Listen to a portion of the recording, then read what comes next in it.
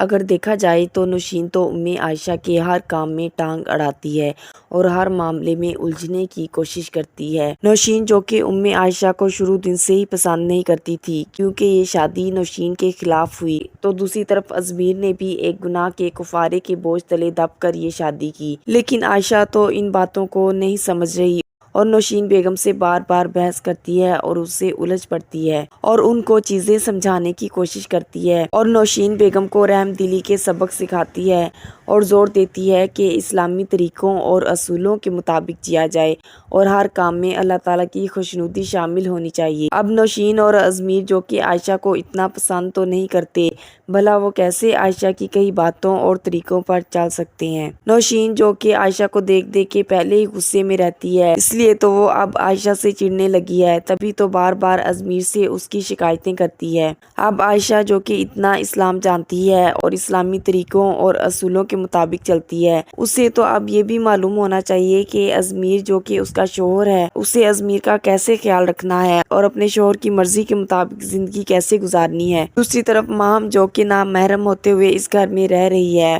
اور ازمیر کے ساتھ ڈھیروں وقت گزارتی ہے، تو عائشہ کو تو اس بات کا احساس کیوں نہیں ہو رہا؟ انسان کو دین کے ساتھ ساتھ دنیا کو بھی ساتھ لے کر چلنا چاہیے۔ عائشہ کا شوہر چاہتا ہے کہ عائشہ اس کے ساتھ ٹائم سپینڈ کرے اور اس کے ساتھ باہر آئے جائے، تو عائشہ کو اس چیز پر بھی اعتراض نہیں ہونا چاہیے۔ اب عائشہ کی طرف سے مکمل اٹریکشن نہ ملنے کی وجہ سے ازمیر ماہم کی طرف مائل ہو جاتا ہے، وہ اسے اکثر و بیشتر آؤٹنگ پر لے جاتا ہے اور نوشین بیگم بھی تو ازمیر کے دل و دماغ پر ماہم کو سوار کر چکی ہے، تو آج جب وہ ماہم کے ساتھ ہوتا ہے تو اس کے سامنے اب وہ عائشہ کی برائی کرنا شروع کر دیتا ہے کہ وہ میرے مطابق خود کو نہیں ڈال رہی اور سوسائٹی میں میرے مطابق نہیں چل پا رہی اور وہ ہر کام میں اپنی مرضی کرتی ہے۔ تو ماہم بھی اب کہہ دیتی ہے کہ جو رشتہ اتنی اذیت دے اسے ساتھ گھسیٹنے کا بھلا کیا فائدہ۔ تو ازمیر اب فوراً ماہم سے کہہ دیتا ہے کہ شادی کرو گی تم مجھ سے؟ تو یہ سن کر تو ماہم کی جیسے دلی مراد ہی پوری ہو جاتی ہے اور وہ اس بات کے جواب میں مسکرا دیتی ہے۔ اب جب ماہم اور ازمیر گھر آتے ہیں تو عائشہ اور نوشین بیگم کی ایک الگ ہی جنگ چھڑی ہوئی تھی۔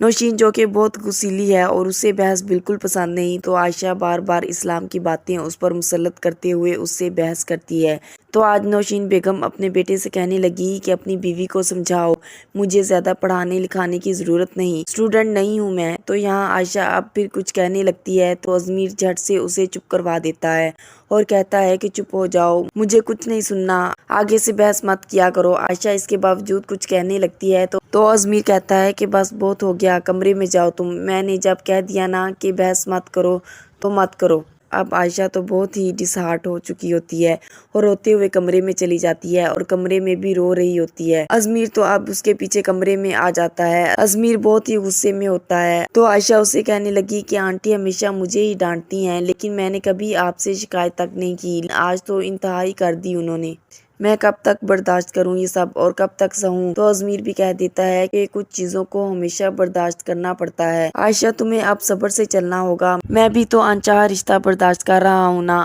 میری طرف بھی تو دیکھو، میں تم جیسی ڈیزرو نہیں کرتا تھا۔ اب تو عائشہ کی آنکھیں یہ سن کر کھلی کی کھلی رہ جاتی ہیں کہ ازمیر نے اس سے یہ کیا کہہ دیا، لیکن دوسری طرف ماہم جو کہ بہت خوش ہوتی ہے، آخرکار وہ اپنی خوشی کا اظہار نوشین بیگم سے کر دیتی ہے اور اسے بتاتی ہے کہ آج مجھے ازمیر نے پرپوز کیا ہے۔ تو یہ سن کر تو نوشین بیگم کھلکھلا اٹھتی ہے اور عائشہ سے پوچھتی ہے کہ پھر کیا ہوا، تم نے ازمیر سے کیا کہا؟ دیکھو اگر تم اس رشتے کے لیے راضی ہو تو میں تم دونوں کی شادی کروا دوں گی۔ تو اب یہاں مام کہتی ہے کہ آنٹی ہاں تو میں کر دوں، لیکن شادی میں تب تک نہیں کروں گی جب تک عائشہ ازمیر کی زندگی میں ہے، میں ازمیر کی زندگی میں آؤں، لیکن اس سے پہلے عائشہ کو ازمیر کی زندگی سے نکلنا ہوگا۔ تو نوشین بیگم حامی بھرتی ہے کہ ہاں ٹھیک ہے، تم جیسا کہو گی ویسا ہی ہوگا، مجھے تو عائشہ شروع دن سے ہی پسند نہیں، تم ایسا کرو، تم پہلے منگنی کر لو، اس کے بعد آہستہ آہستہ میں سب کچھ ٹھیک کر دوں گی، تم دیکھنا شادی ہونے تک اس کی طلاق ہو ہی جائے گی۔ اب تو مام کو جیسے تیسے نوشین منا ہی لیتی ہے اور عائشہ کے کانوں تک بھی یہ خبر پہنچ جاتی ہے کہ ازمیر اب دوسری شادی کرنے جا رہا ہے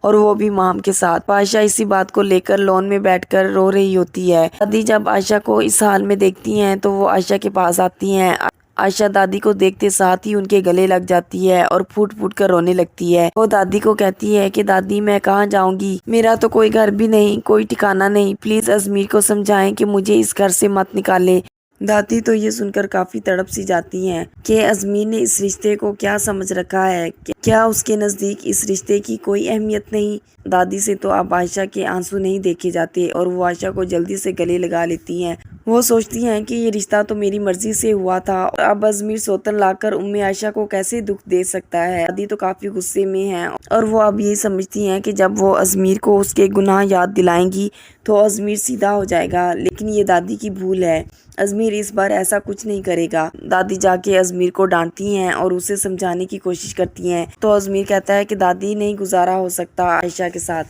بہت عرصہ ہو گیا، وہ مجھے نہیں سمجھ پا رہی، میں اسے نہیں سمجھ پا رہا،